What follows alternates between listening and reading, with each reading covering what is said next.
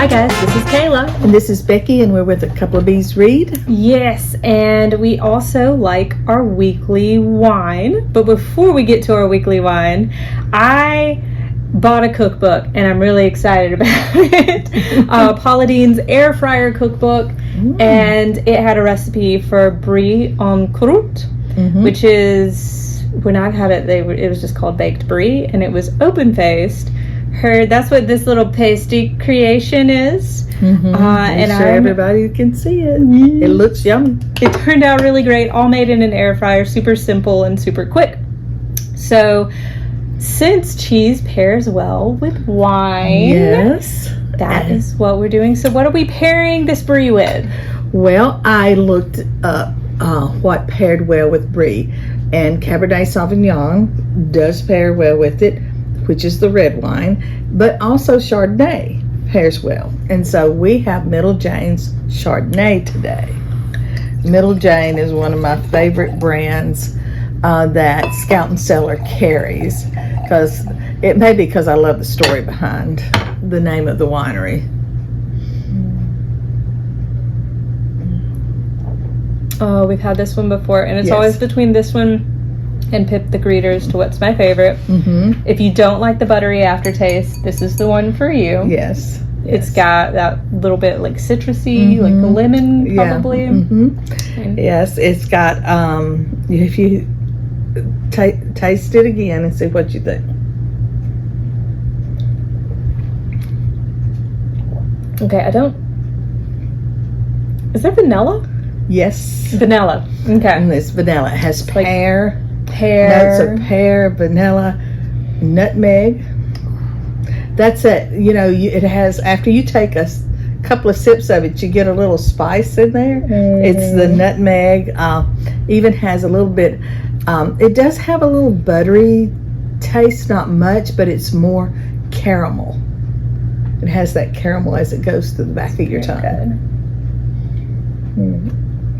And of course, the name of the winery, Middle Jane, is because 4 generations before there was Jane, and she was this very strong woman. And in her family, every daughter was named Jane. That was her middle name, you know, to honor the matriarch of the family. So, well, are we going to give this a try? I think we should. You dig in first. No, you I did. made it. I know, but you go ahead. I'm going to watch you. I've never had baked brie before. Like I said, the version I had was open faced, which may have been why it was called baked brie. It's not the traditional French Brie En Croute.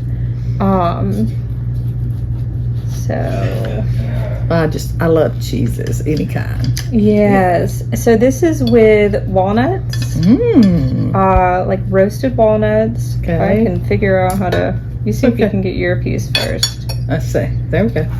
Okay. Here we go. There you go. So it's with the roasted walnuts, brown sugar, and cinnamon. So it's definitely pairing well with a sweeter wine. So that's what it looks like.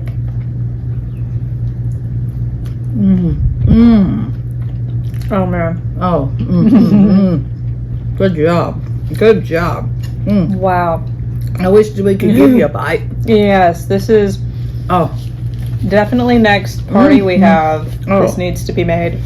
And fun little kitchen stories. So I've never used kitchened wine. I had no idea what it was. I literally called Becky as I was making this for this video and was like, what is kitchened wine? And she didn't have any. No. So I had some tea bags that had expired. So this is a string from an expired tea bag string. Hey, holding I thought this it was together. ingenious. I would have never thought of that. And so, and you know, so we were talking about pairings. It definitely pairs well with baked brie. And, you know, seafood, poultry, really any cheese would go well with it, but this is exceptional. You did fabulous. I think the Chardonnay was a perfect choice too. All right. But Okay, we gotta chew it. My husband's drinking it with Madeira Oh, because that's the only wine he likes yeah, he doesn't like besides port. No accounting for taste. I know. At least his taste in women's good. That's right. I agree.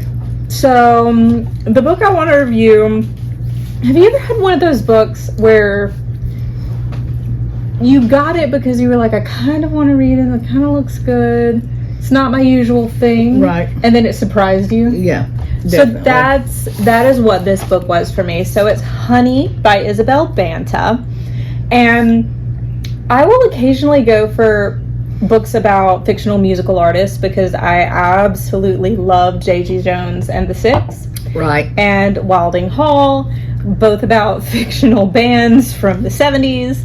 And so I'm always looking for that kind of comp, I guess, that I want to read. I had read one that actually Book of the Month had a little while back. I think it was the first book I reviewed on this blog, actually, or one of the first videos I did.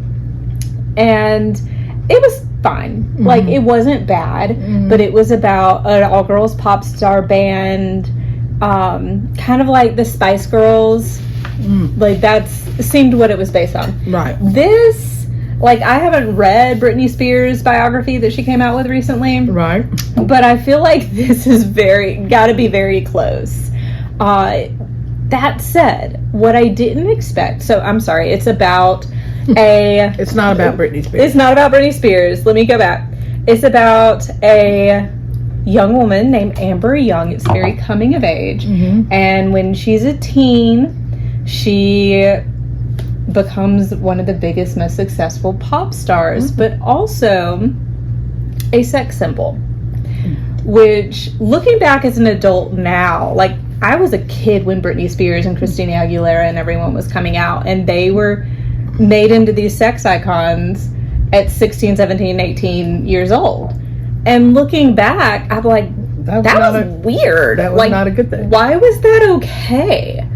And now that I'm reading this, or now that I've read this, as I was going through, I was like, oh my gosh, they really were young. And all these people were really telling them to be my role model because I was like the target demographic.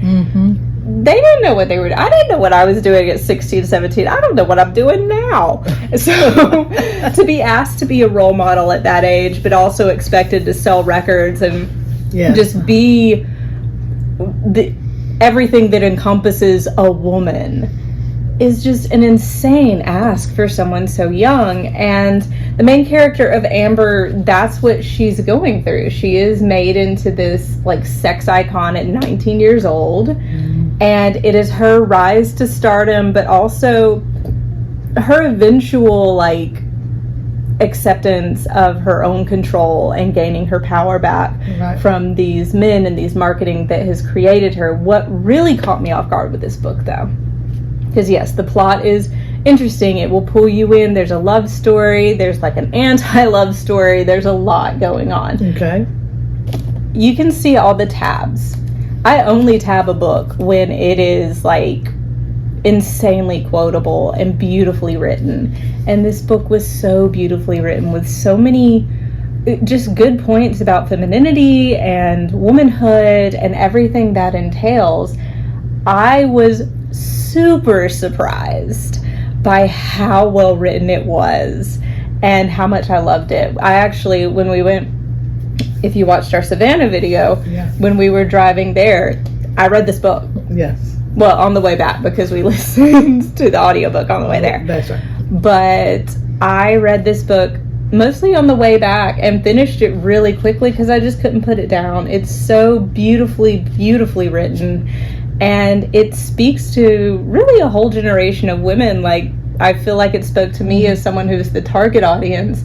And I don't know, I can't remember very well if I was super into Britney Spears. I know I had the CD, but like, I don't know. It's one of those things now I feel like, you know, I almost feel bad for those young women. But at the same time, I have this whole new respect for them because of the pressure that they were put under. Right. And this book, if you were raised during that time, it's definitely going to speak to you. If you're a woman who is into pop culture of any kind, I think it's definitely going to speak to you. And if you just like good writing, which again was the most surprising part for me because it is so beautifully written, then this is a book that I think could definitely speak to you.